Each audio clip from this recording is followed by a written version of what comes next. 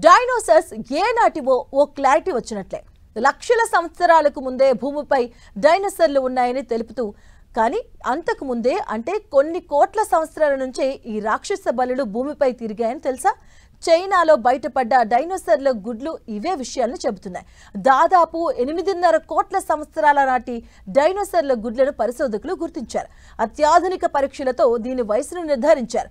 దీంతో ఈ రాక్షస బల్లుల పరిణామం అంతంపై సరికొత్తగా విషయాలకు ఈ పరిశోధనలు నాంది పలకబోతున్నాయి. డైనోసార్స్ ఏ నాటివో ఓ క్లారిటీ వచ్చినట్లే. లక్షల సంవత్సరాలకు ముందే భూమిపై డైనోసార్ 8.5 కోట్ల ఏళ్ల నాటి డైనోసార్స్ గుడ్లు గుర్తింపు. చైనాలో బయటపడిన డైనోసార్స్ గుడ్లపై పరిశోధనలు. మనిషి పుట్టుక కంటే పూర్వం భూమిపై జీవించిన డైనోసార్లు లక్షల సంవత్సరాలకు ముందువని తెలుసు.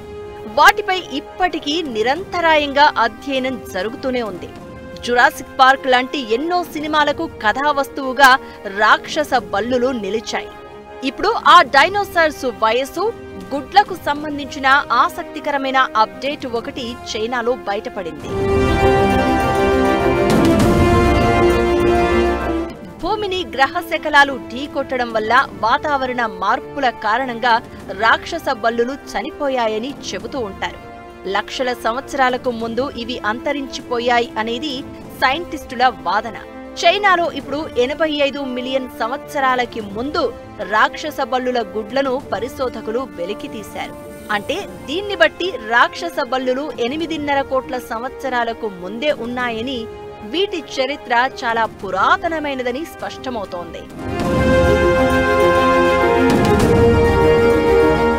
సెంట్రల్ చైనాలోని యూనియాంగ్ బేసిన్లోని కింగ్ లాంగ్ షాన్లో తవ్వకాలు జరిపారు. ఇందులో రాక్షస బల్లుల గుడ్లు లభించాయి. వీటిని అత్యాధునిక కార్బోనేట్ యురేనియం లెడ్ డేటింగ్ పరిజ్ఞానం ఉపయోగించి ఏనాటివో లెక్కగట్టారు. అలా ఈ గుడ్లు 8.5 కోట్ల ఏళ్ల నుంచే భూమిపై ఉన్నట్లు తేల్చారు. ఆ కాలాన్ని క్రెటాసియస్ పీరియడ్ అంటారు. ఆ సమయంలోనే భూమిపై భారీగా వాతావరణ మార్పులు సంభవించాయి. అత్యంత వేడిగా ఉన్న వాతావరణం చల్లబడడం మొదలైంది. ఈ పరిణామమే డైనోసార్లు క్రమంగా అంతరించిపోవడానికి కారణమై ఉంటుందనేది ఒక అంచనా. సో మనం ఇన్నాళ్లు అనుకున్నట్లు డైనోసార్లు లక్షల ఏళ్ల నాటివి కాదు, కోట్ల ఏళ్ల నాటివి అనేది ఈ పరిశోధనతో ఒక అంచనాకు వచ్చారు. దీనిపై మరిన్ని పరిశోధనల్ని చేస్తున్నారు.